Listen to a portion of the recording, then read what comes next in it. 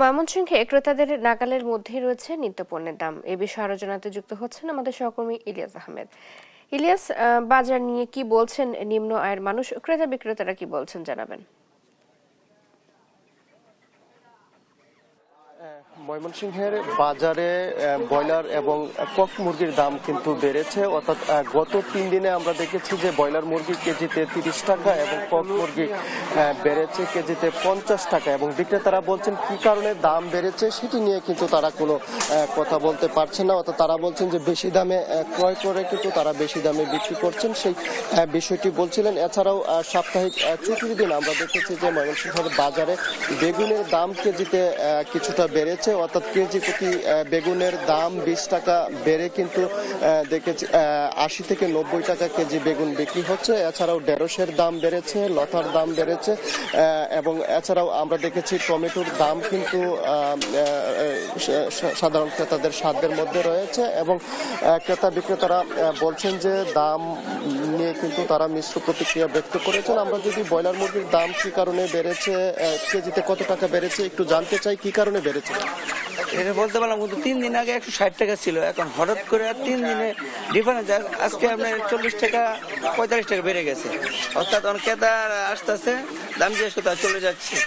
এরকম করলে তো আর চলতেছে না, আমাদের ব্যবসার ক্ষতি হচ্ছে। যত দাম কম থাকবে তত মানে ক্রেতা এই আগ্রহ থাকবে বেশি, কিন্তু সেই আগ্রহটা নাই আর কি। ঠিক আছে, কি কারণে আবার সেটা সঠিক বলতে পারলাম না।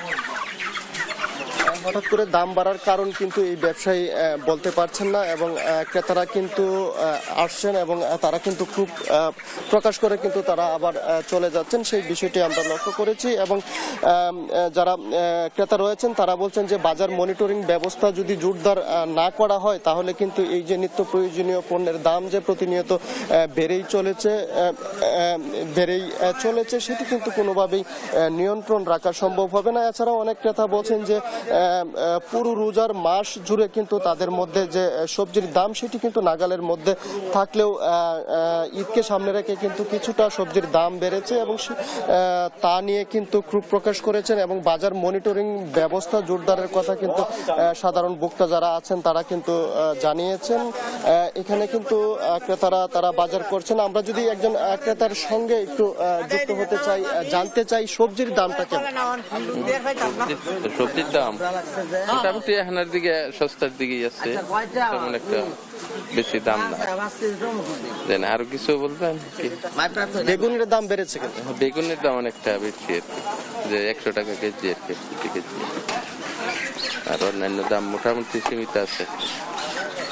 কিছু কিছু সবজির দাম কিন্তু তাদের নাগালের মধ্যে রয়েছে, এবং কিছু সবজির দাম বেড়েছে, সেই বিষয়টি কিন্তু ভোক্তা যারা রয়েছেন তারা বলছিলেন। এবং আমরা দেখেছি যে আজকে শশার দামও কিন্তু কিছুটা বেড়েছে, এবং শশাও কিন্তু বিক্রি হচ্ছে 50 টাকা কেজি দরে বিক্রি হচ্ছে। এছাড়াও ঢেঁড়স বিক্রি হচ্ছে 120 টাকা কেজি, লতা বিক্রি হচ্ছে 100 টাকা কেজি, এবং বলা যায় যে কিছু কিছু সবজির দাম বেড়েছে, এবং কিছু কিছু সবজির দাম কিন্তু নিয়ন্ত্রণের মধ্যে রয়েছে। এছাড়া মাছ মাংসের দাম কিছুটা ঊর্ধ্বমুখী রয়েছে, সেই বিষয়টি বাজার মনিটরিং ব্যবস্থা জোরদার করে নিয়ন্ত্রণে রাখার দাবি কিন্তু সাধারণ ভোক্তারা জানিয়েছেন। এই ছিল আমার কাছে ময়মনসিংহ থেকে সর্বশেষ।